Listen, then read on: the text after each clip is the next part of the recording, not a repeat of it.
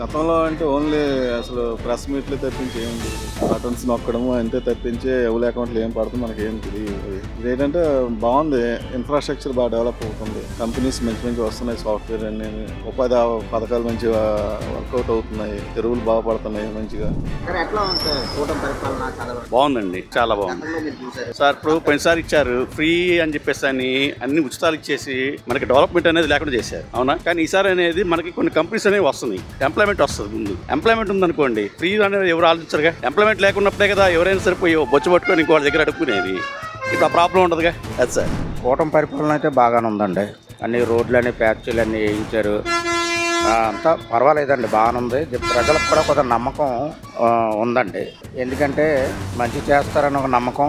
తర్వాత ప్రజలు కూడా ఇప్పుడు ఆలోచన పరులు అయ్యారు, అనుభవజ్ఞులు, పరిస్థితులు ప్రజలు ప్రభుత్వాలు అర్థం చేసుకున్నాయి ఇన్నాళ్ళకి. బాగుంది సార్. రోడ్ల పరంగా, నీట్నెస్ పరంగా ఇంకా వాళ్ళు చేస్తున్నారు కదా, ఇంకా ఉంది కదా, టైం ఉంది కదా, వచ్చిన రోజులు అవ్వలేదు కదా. వాళ్ళు ఇప్పటి వరకు అయితే చాలా బాగా చేశారు, అంతా కూడా నాకైతే నచ్చింది అన్ని కూడా. చూద్దాం తర్వాత కూడా ఏమైనా చూద్దాం, దాన్ని బట్టి వాళ్ళకి కూడా టైం అవ్వాలి కదా. సరేనా?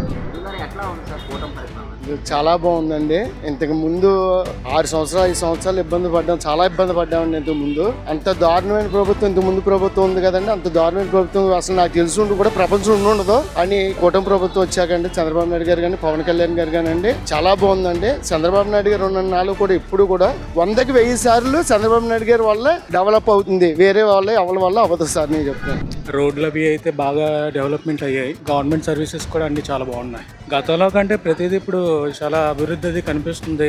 లోకేష్ గారు కూడా ఐటీ మినిస్టర్ గా ఉన్నారు, ప్రతి పరిశ్రమలు అప్పట్లో అయితే పరిశ్రమలు వెనక్కి ఏమనిపిస్తుంది ఇవన్నీ చూస్తే? ఓవర్ నైట్ లో డెవలప్ అవుతుంది, కానీ వీళ్ళకి అభివృద్ధి చేయాలనే తపన అయితే కనిపిస్తుంది వీళ్ళలోని. సో పవన్ కళ్యాణ్ గారు కూడా చాలా బాగా చేస్తున్నారు. సో లోకేష్ గారు కూడా అంతా చాలా చాలా బాగుంది ప్రెసెంట్ అయితే.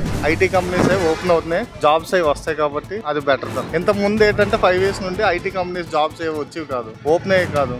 ఇప్పుడు మనకి ఐటీ సేజ్ ఉంది కదండి, అక్కడ చాలా కంపెనీలు ఉన్నాయి, అవన్నీ ఏంటంటే ఓపెన్ అవ్వలే, అన్నీ కూడా వెనకబడి ఉన్నాయి. ఇప్పుడు ఓపెన్ అవుతున్నాయి, ఒకటి ఓపెన్ అవుతుంది.